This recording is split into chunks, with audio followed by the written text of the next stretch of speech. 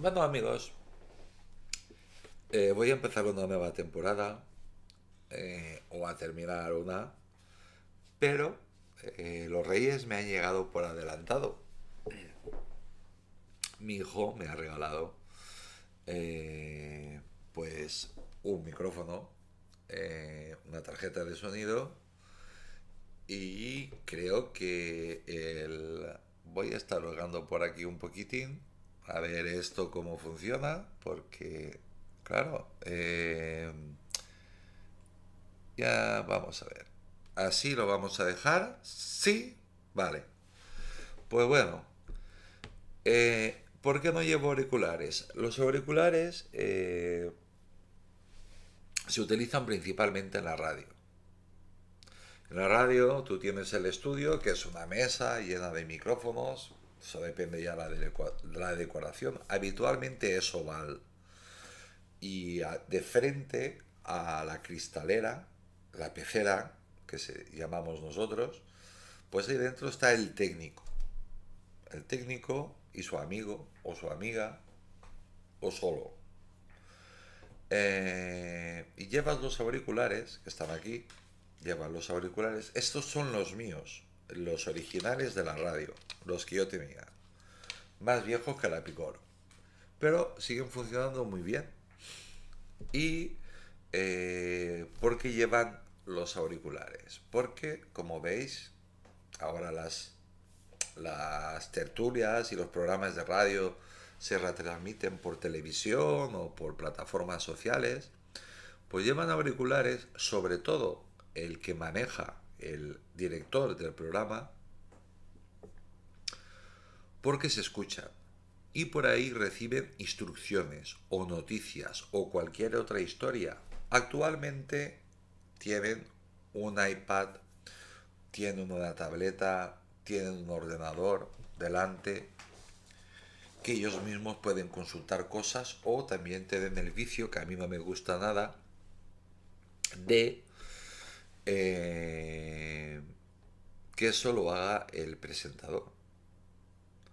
Porque esta persona tiene que estar ocupada de que sus invitados estén bien y de informar. Y si quiere hacer eso, pues ya que ha evolucionado tanto la tecnología, pues dentro de la pecera que esté el técnico que ha hecho lo que ha hecho toda su vida y aparte que tenga otra persona. O se habilita otro espacio donde haya dos o tres personas que estén buscando noticias. Así de claro. Eso antes, ¿cómo se hacía? Con los teletipos. Ya está, las agencias de noticia. Europa Press, la agencia F, Colpisa y un montón que me dejo. Pero así. Bueno, ¿cómo voy a empezar esta nueva fase? Porque estoy súper contento. Pues voy a hablar de España. De España. Voy a tocar tema histórico y voy a hacer, como la historia de España es tan cortita, pues la voy a hacer en 5 minutos. No, la voy a hacer pues en los capítulos que haga falta. Y van a haber muchos comentarios. Yo no soy historiador, pero a mí me encanta la historia.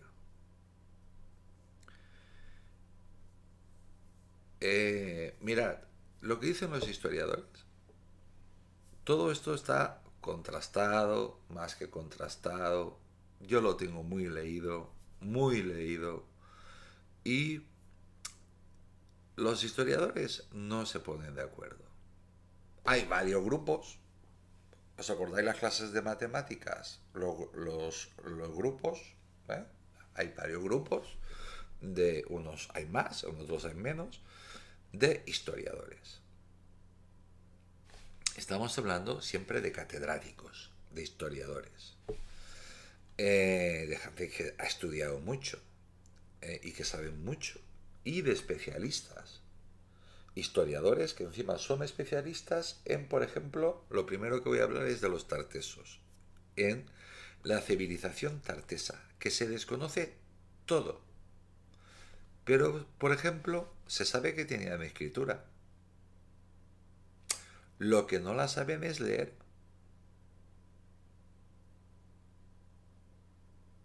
Se sabe que era una civilización muy avanzada, pero tremendamente avanzada, que estaba en lo que es el actual sur de España, principalmente ubicada. Pues bueno, era de la edad de bronce, principio de la edad de hierro, del siglo XII antes de Cristo al siglo V antes de Cristo. Desaparecieron, no se sabe nada de ellos, sabe muy poco, aunque cada día se va descubriendo más cosas.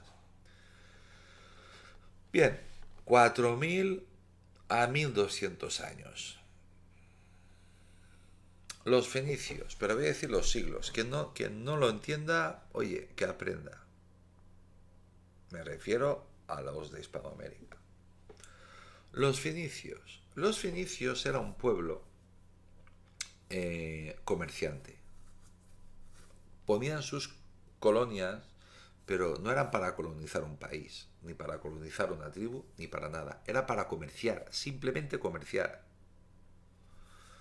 Los fenicios se sabe que provenían del actual Líbano. Comerciaban de todo, de todo, de todo. Y estuvieron por aquí en el siglo IX antes de Cristo. Y entonces, si mi memoria no me falla, porque muchas de las cosas que estoy hablando son de memoria, en Cartago había un imperio.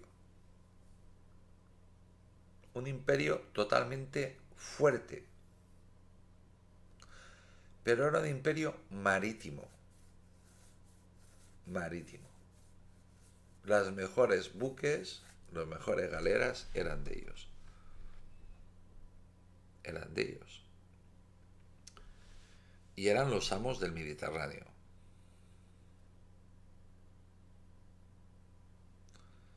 También comerciaban, pero eran guerreros, era un imperio. Tenían un puerto que parece de una película. Había una entrada al puerto artificial. Bueno, la entrada era más o menos natural, pero modificada. Después había 3 círculos. En el primer círculo atracaban los barcos mercantes que iban. En el segundo círculo entraban solo los barcos fenicios. Y en el centro, que era inmenso, estaban las defensas del puerto, que había catapultas y historias de estas, y la flota cartaginesa. Hay recreaciones de eso, las podéis ver en los libros de historia y por aquí imagino que también habrá. Tras la batalla de Alalia hacia 1537 a.C., Cartago se convirtió en la potencia dominante del Mediterráneo occidental. Una verdadera telosocracia. Hala, ya estáis buscando en los diccionarios, hay que aprender a buscar en los diccionarios las palabras que no conozcáis. Una verdadera telosocracia es un gobierno de los mares. En el 653 a.C. A partir de esta época los tartesos más o menos se dejan de tener noticia de ellos. Estos no tuvieron nada que ver, que se sepa, no tuvieron nada que ver. En las excavaciones que se realizan, desaparecieron, ya está. Se sabe que se produjeron diversos desastres naturales,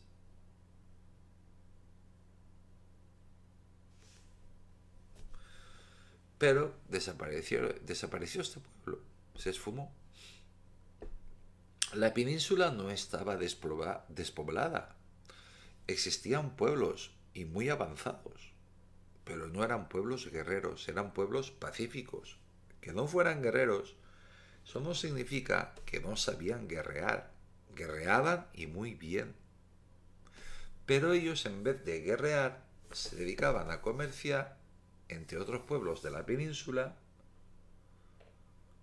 No existía España, no existía Portugal, no existía Andorra. Todo era lo mismo. Todo era Iberia.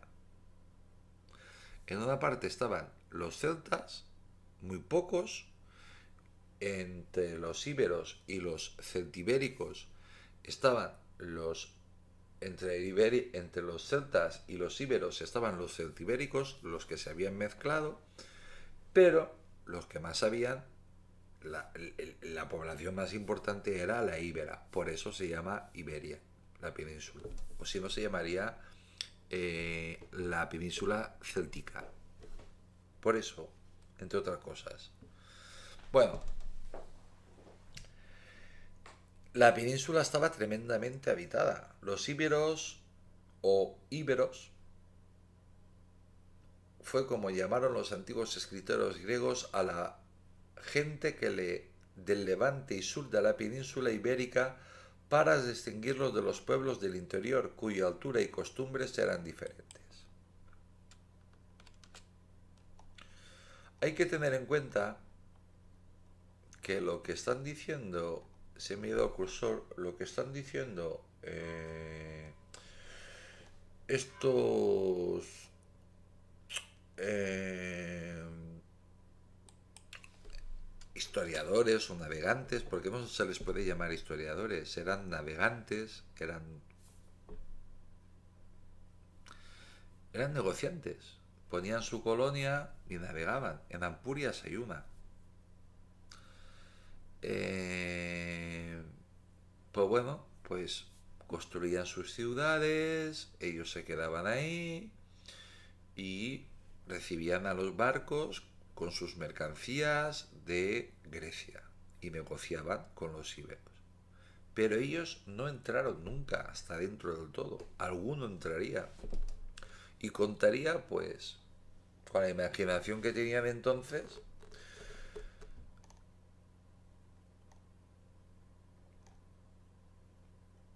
Pues bueno, de estos pueblos destacan Hecateo, de Mileto, Herodoto, Estrabón o Rufo, Festo, Avieto, citándolos con estos nombres al menos desde el siglo VI a.C. Por supuesto que Marruecos ya había creado 7 imperios mundiales. Faltaría más, faltaría más, faltaría más. Yo he hecho la historia de Marruecos. Marruecos no existe para nada, no existen los libros de historia. Era desierto por tribus guerreras, mercenarias. Al precio, por eso luchaban entre ellos. Entre ellos para estar entrenados porque se les contrataba y servían al señor que más les pagaba. Y lo siguen haciendo.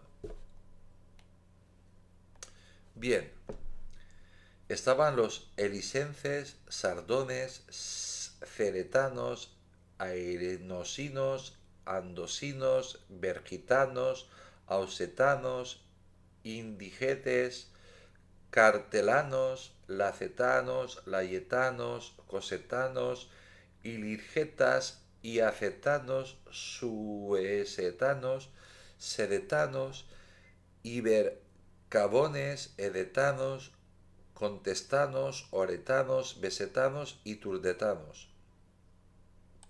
Geográficamente, Estrabón y Apiano denominaron Iberia al territorio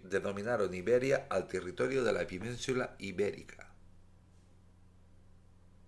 Pues ya está, ya le habían puesto nombre, Iberia. Así la denominaban los griegos, porque tomaron el nombre del río Ebro, que es el río más caudaloso que tiene España.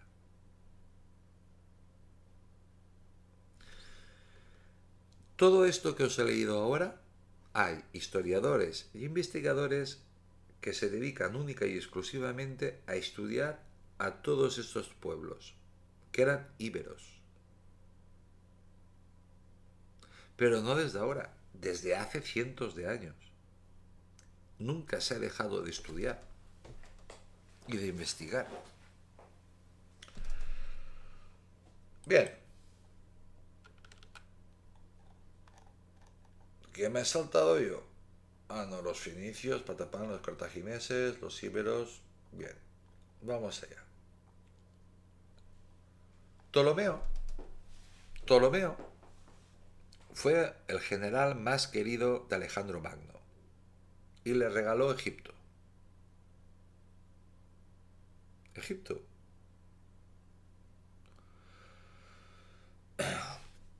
Por donde pasaba Carlomagno, pues fundaba una ciudad que se llamaba Alejandría. Pues ahí se estableció pues su general más querido, Ptolomeo. Ptolomeo I, o Ptolomeo a secas. Este creó una dinastía, la dinastía tolemaica, que la última descendiente fue la famosísima Cleopatra. Esto sucedió, bueno, y se proclamó, Ptolomeo no era tonto, vio las riquezas, vio la maravilla y se declaró pues inmediatamente faraón. Y lo tuvieron que aceptar los egipcios sí o sí, porque tenía un ejército impresionante detrás que se podía merendar a todo el imperio egipto. De hecho ya se lo habían merendado. Así que lo aceptaron, el hombre lo hizo bien y funcionó hasta que llegó Cleopatra y todo el mundo sabe la historia. Bueno, los egipcios habían mandado expediciones de exploración, a ver qué había por ahí. Conocían muy bien todos sus alrededores y más allá, conocían Grecia, conocían muchas cosas, pero querían saber qué había más allá, por donde se ponía el sol. Y llegaron a Iberia, llegaron a España, pero en plan explorador. Cartografiaron un poquito, vieron, vieron que había gente, vieron que no eran, no eran, que eran personas cultas, que había una civilización, que eran pacíficos, que hacían de todo, que comerciaban, que entre ellos y se marcharon, ya está. Eso ya lo habían hecho los faraones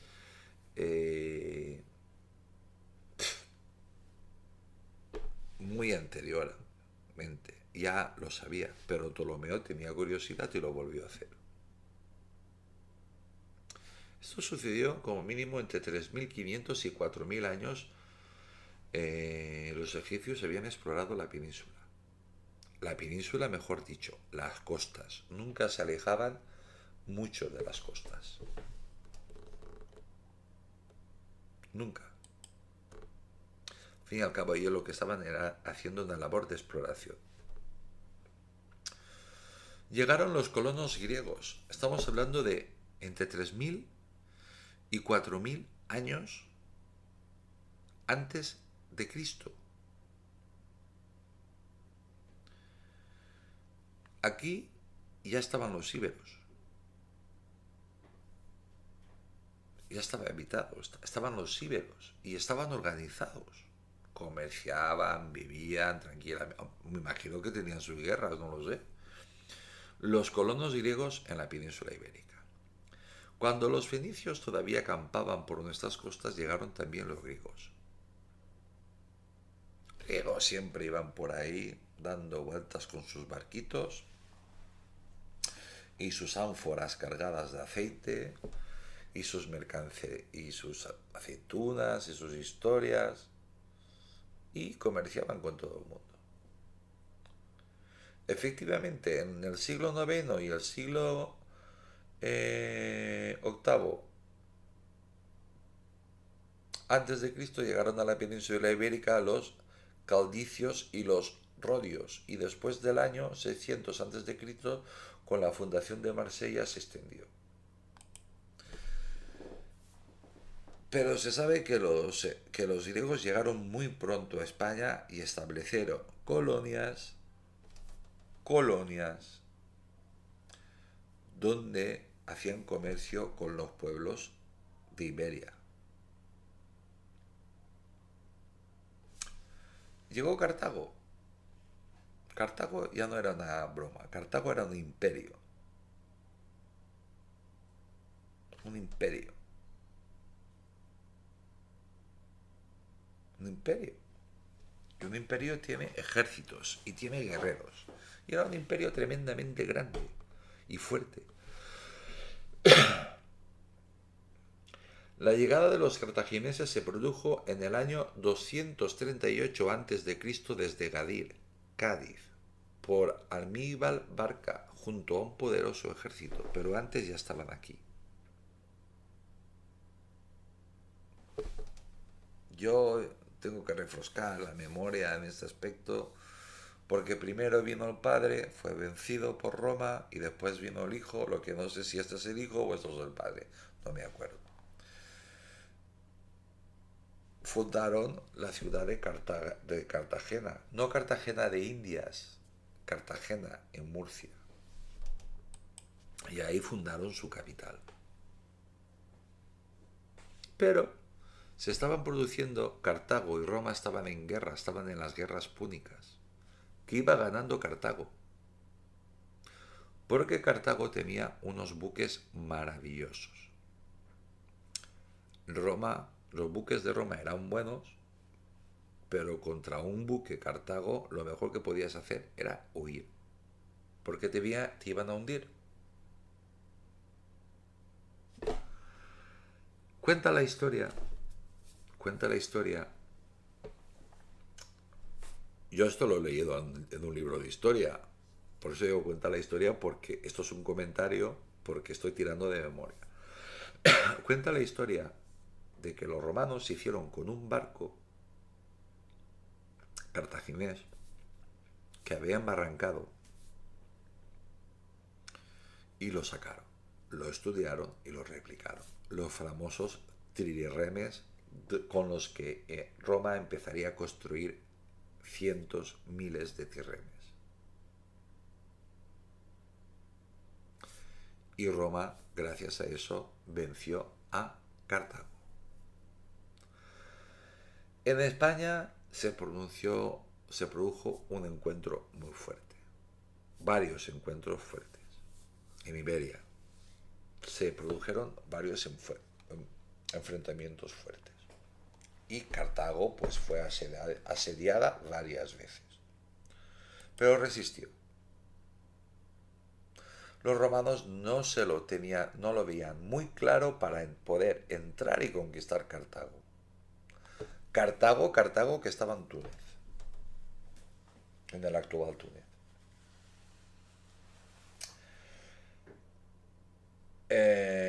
Y las guerras pues se desarrollaban aquí en España entre los cartagineses y los romanos, los dos imperios, mientras los íberos quietos parados y mirando.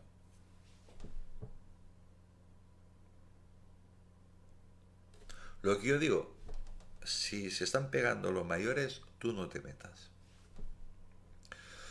Pues porque te vas a llevar una hostia. Quien se para a lo que se pelean siempre es el que recibe. Lo sé por experiencia. Roma y Cartago estaban liadísimos. Bueno, al final Roma se carga al padre y el padre le hace prometer al hijo de que tiene que eliminar al imperio romano. Y no lo eliminó pues no se sabe por qué. Aníbal, lo que no sé si es Aníbal Barca, no sé si es el padre o el hijo, pues consiguió un ejército algo espectacular. Un ejército fenicio acompañado por un ejército de mercenarios increíble con varios elefantes. Y no fueron por mar, vinieron a Iberia, cruzaron el estrecho,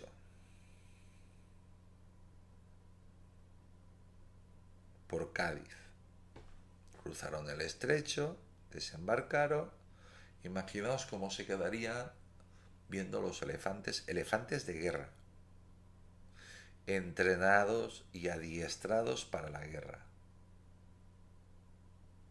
Imaginad un caballo al lado de un elefante.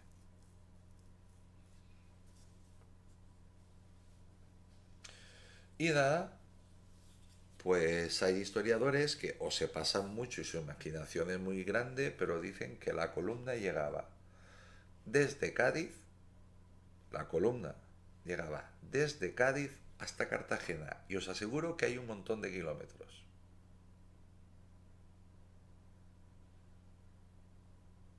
Y que los barcos seguían llegando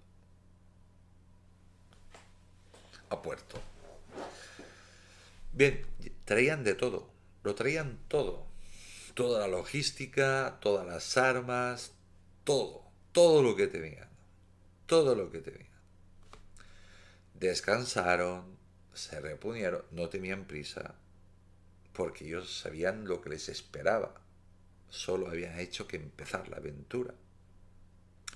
Siguieron adelante, volvieron a descansar, siguieron adelante, volvieron a descansar, porque les esperaba los Alpes. Sí, los Alpes. La tremenda muralla natural que tiene China, ay Dios mío, China, que tiene Italia en el norte. Hay una serie de pasos que sí, puede pasar la caballería de aquella manera, puede pasar la infantería de aquella manera, pero ¿y los elefantes? Que son de clima cálido. Estamos hablando de montañas de 3000 metros de altura, que tienen nieve en las cumbres seguro. Y en aquella época más, porque el clima era más frío. Pues bueno, pues lo cruzaron. Inmediatamente llegaron las noticias a Roma, y Roma mandó legiones a pararlo, aquello, pero lo más rápidamente posible. Y legión tras legión iban cayendo todas. Al final consiguieron vencer a cartaginés prácticamente a las puertas de Roma. Si no lo llegan a vencer, Roma no hubiera existido. ¿Qué hubiera existido? No se sabe. La historia hubiera sido diferente. Como veis, la historia es así. Y encima la escriben los vencedores. ¿Roma qué hizo? Roma fue a Cartago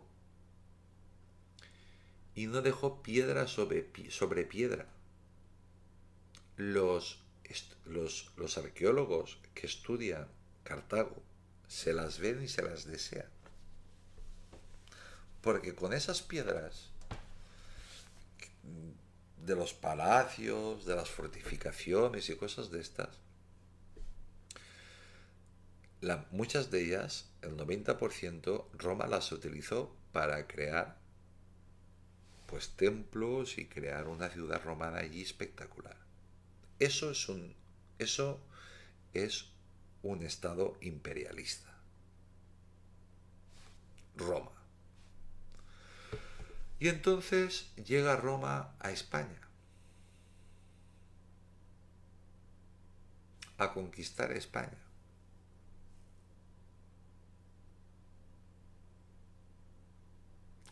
Se conoce como la conquista de Roma de Hispania el periodo histórico comprendido entre el desembarco romano en Ampurias en el 218 a.C.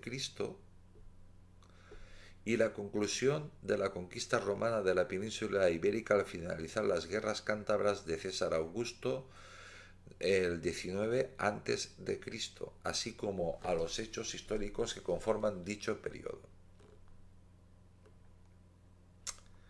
Bueno, ¿qué pasó? Por Roma se creía que aquello iba a ser entrar, ya estaban dentro, pero era empezar a trabajar y aquello... No, se equivocaron. Resulta que esos, los íberos, que habían estado ahí mirando y trabajando mientras ellos guerreaban, no querían participar. No querían participar. Se sabe que participara, en el caso que participó algún íbero, muy pocos, muy pocos. Ellos seguían con sus trabajos, cultivando sus campos, sus ganados y sus cosas y haciendo su vida y su comercio. Pero no dejaban de ver cómo luchaban unos y cómo luchaban otros. Bueno, a Roma, según unos historiadores, dicen que 20 años, otros 40 y otros que 50 años. Le costó conquistar Iberia, Hispania, porque ellos le cambiaron el nombre, Hispania. Les costó tanto y tanto tiempo, tuvieron tantas derrotas el Imperio Romano en Hispania, que no sabían a qué general mandar. Porque legión que venía, legión que caía.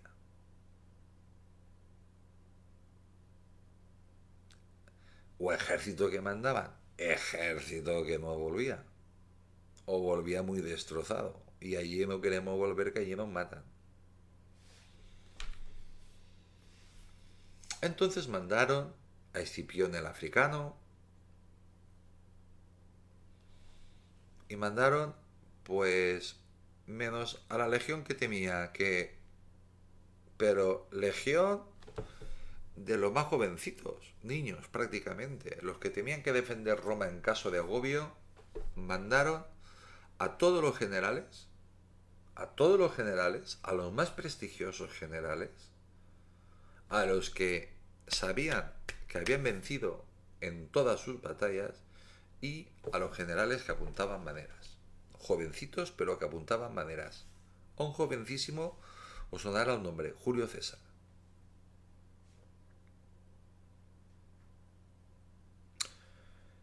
Y descubrieron varias cosas aquí en España sobre los españoles, sobre los hispánicos. Descubrieron que eran guerreros formidables, que luchaban muy bien, que luchaban de otra manera,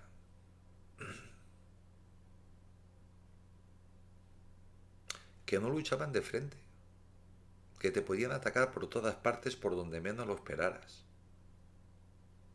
que si acudían a enfrentarse contra una legión, que era una locura, frente a una legión, la legión sabía que iba a ser atacada seriamente por enfrente, que no había nada que hacer contra una legión, pero que la legión le iba a caer la de Dios por los flancos y por la retaguardia. Así que la legión, en vez de avanzar, empezaba a retroceder. O pedía ayuda, que vinieran más legiones. Eso es lo que cuentan los historiadores. 60 años tardaron, 20 años, dicen otros. Bueno, da igual, 60 que 20 años. Descubrieron que los españoles, los hispanos, no se rendían, que luchaban muy bien, que no tenían miedo.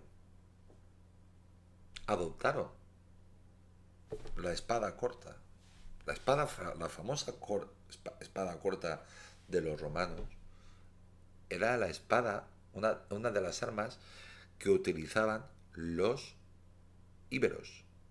Pues la adoptaron para todo el imperio romano, para todos los soldados romanos.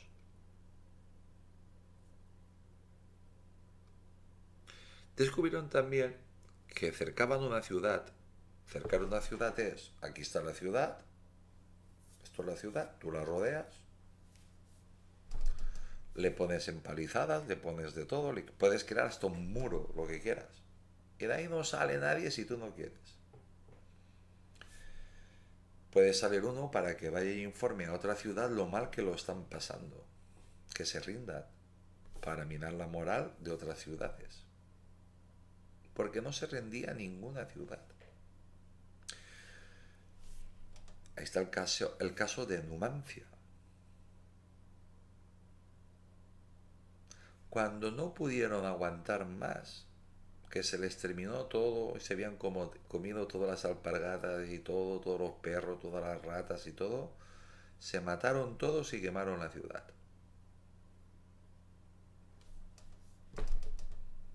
¿Os imagináis a un legionario, por muy guerreado que esté, ver eso? Estar aquí 3 años rodeando a estos, no poderlos conquistar y cuando ya no pueden más, se matan. Y a 20 kilómetros o a 30 kilómetros tenemos otra ciudad igual de grande, o a 40 kilómetros, que vamos a levantar el campamento y le vamos a hacer exactamente lo mismo, nos va a pasar exactamente lo mismo, y entre el trayecto vamos a morir un montón de gente.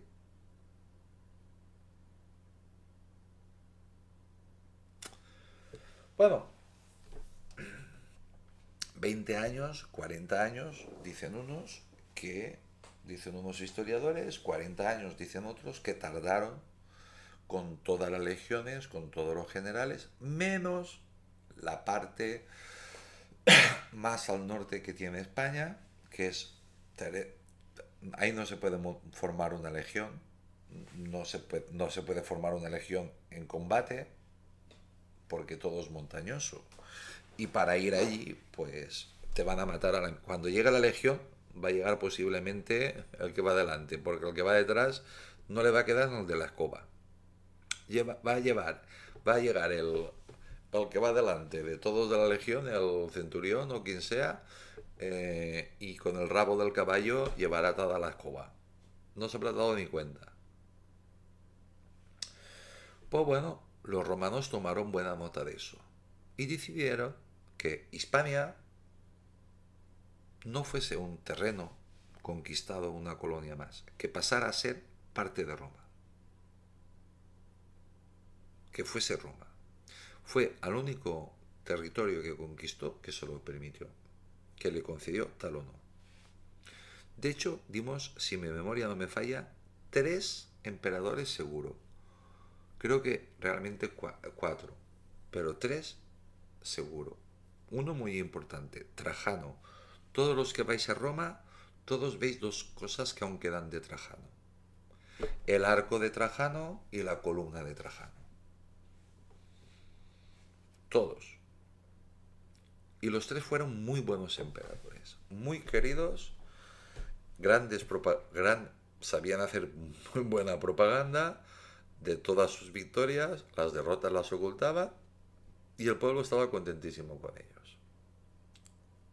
Pues bueno, hasta aquí el tema de hablar de memoria. El diccionario de la lengua española, publicado por la Real Academia Española en su 23ª edición,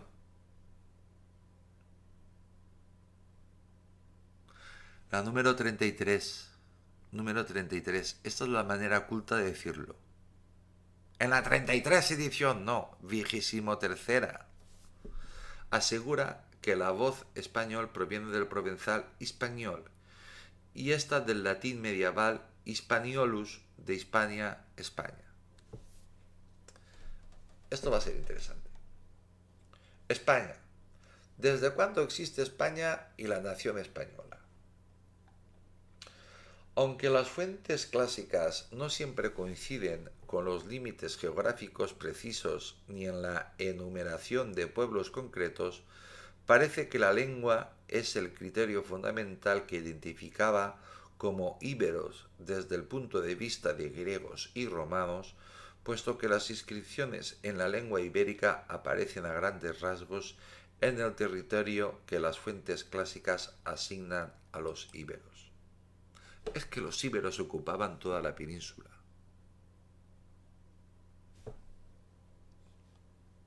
Eso es un comentario, obviamente. Eso es lo que dicen, comentario, eso es lo que dicen los historiadores. Como podemos comprobar, no se ponen de acuerdo. Unos marcan el inicio de España en la época donde se pierde la noción de la historia prerromana, en los tiempos de los íberos, otros en los tiempos de Roma, otros en la época visigoda, otros en los reyes católicos, otros más allá. No se aclara. No lo saben. Y eso que está documentado. Curioso, ¿verdad? Es que está documentada.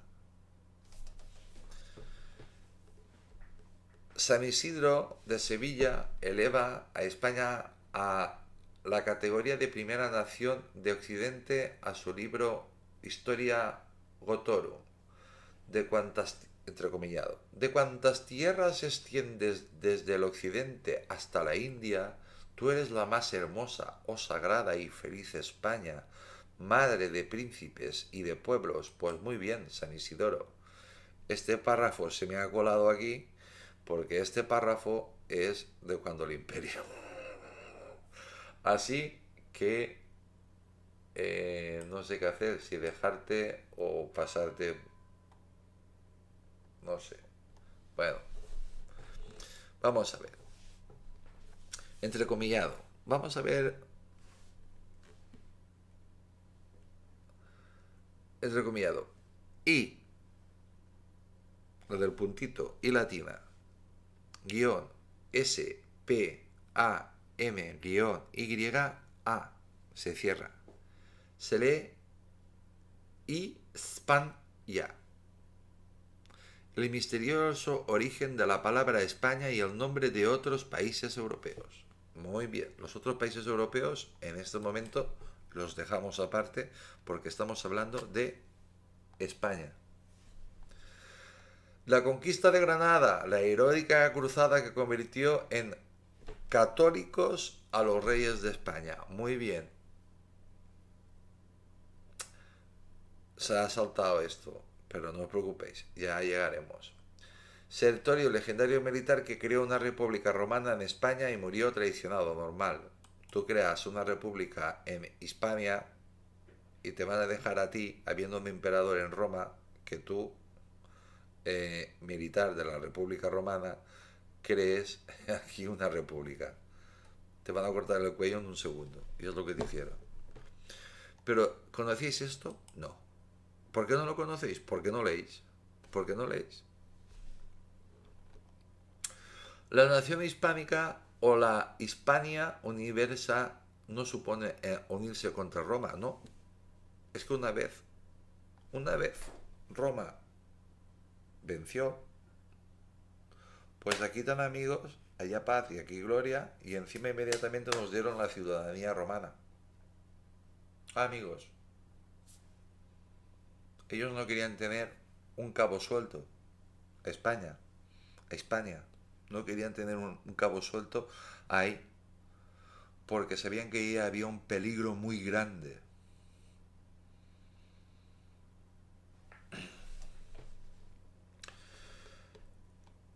Así que lo que intentaron y lo consiguieron fue pues hacernos romanos de pleno derecho, y nada, eso que veis en las películas es mentira. Eso de Gladiator y cosas de estas. Hay que saber cuando un pueblo es conquistado en emérita Augusta y no sé qué. Si tú eras romano. Romano. El otro no lo sé. El otro actor no lo sé. Seguro sería de Michigan. Pero tú, el actor que interpreta ese papel era romano. Tú ya ni te acordabas de cuándo había sido conquistado. Ni tus padres tampoco. Defendida por los Pirineos y el mar había sido inaccesible. Su pueblo fue siempre valioso pero mal jerarquizado. Lucio Anneo Floro, historiador latino. Hombre, hay que barrer para casa. Hay que barrer para casa. Es que los íberos eran pacíficos. Pacíficos trabajadores que tenían sus rencillas con otras regiones y punto. pero no eran un imperio. No eran un imperio. Por eso, lo que yo siempre digo, que como dice Lucio Anneo Floro, historiador latino, es decir, romano, pues la historia la escriben los vencedores.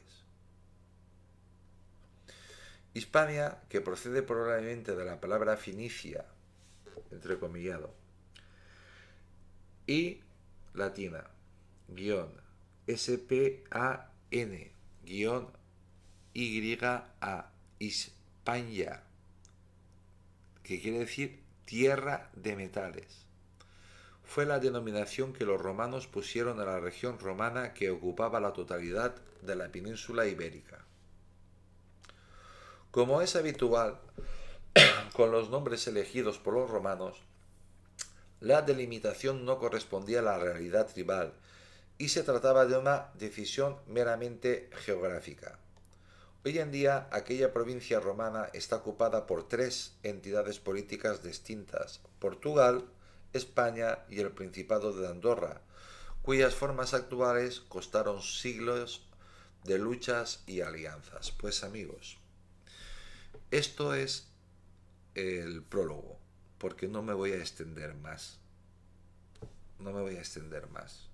Esto lo voy a titular yo el prólogo de la historia de España.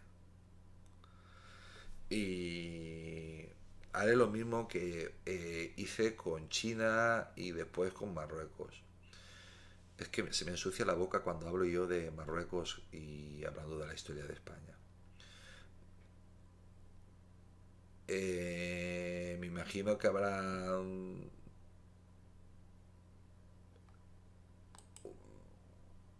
Es que tengo ya el 1 y el 2. Y entonces ahora estoy pensando el sueño de una Hispania cristiana. Ya miraré y lo pondré hasta ahí. Pues bueno, pues nada, nos vamos a enterar mucho de la historia de España. Pero mucho, mucho, mucho, mucho, mucho. Incluso del nombre, de dónde viene el nombre, de esto, de aquello y de lo otro. Bueno, yo estoy feliz y contento de y tengo curiosidad de ver de escuchar esta noche cuando salga. Yo lo he escuchado por los auriculares, se oye bien, pero, pero estoy en un ay porque esto va a salir hoy domingo, y va a salir a la hora de costumbre, a las 8 de la tarde, a las 22 horas, a las 20 horas. Pues eso va a salir a esas horas. Pues estoy muy contento, amigos. Si no se ha ido nadie o ha vuelto nadie, somos 100. 100. Yo no me lo creo. Y no me creo este regalito que me ha hecho mi hijo. Bueno, sí que me lo creo. Porque lo tengo aquí delante. Y nada, pues va a mejorar la calidad de sonido, la calidad del micrófono. Y también tengo una sorpresa que si consigo hacerla, os va a sorprender también esta noche. Así que esta noche no os lo perdáis. Bueno, cuando estéis viendo esto ya lo habréis descubierto todo. Pues bueno, amigos, para mí es un placer. Un placer. Y nada, como veis, luce un sol maravilloso.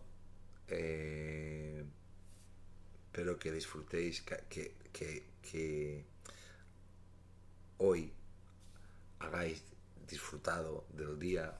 Caramba, mi vocabulario, mi palabra, mi lengua, logopeda, como hoy es domingo no he venido.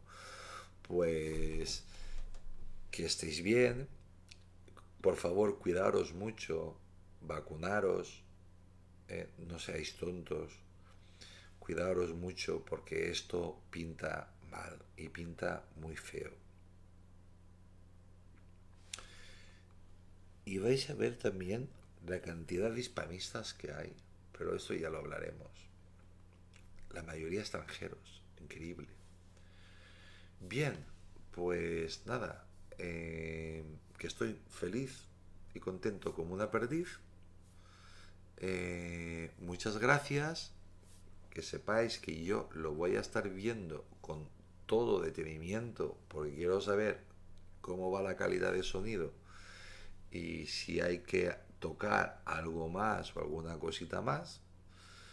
Eh, pero yo, según estoy, porque si os dais cuenta, miro mucho hacia aquí, porque es que aquí estoy viendo yo el aparatito que tengo yo, que es el que hace que mejore la tarjeta de sonido, que igual como el micrófono no es nada del otro mundo, eso sí es muy bonito. La tarjeta de sonido es lo que realmente buena. No llega a profesional, pero es semiprofesional. Pues nada, a ver qué tal sale, a ver si os gusta. Pues bueno, amigos, pues hasta aquí. Soy Tony Garcés. eh, Os mando un saludo muy grande desde Valencia, España. Os deseo a todos que tengáis mucha salud y que Dios os bendiga a todos. Mañana, pues historia de España. Hasta mañana, que Dios os bendiga a todos.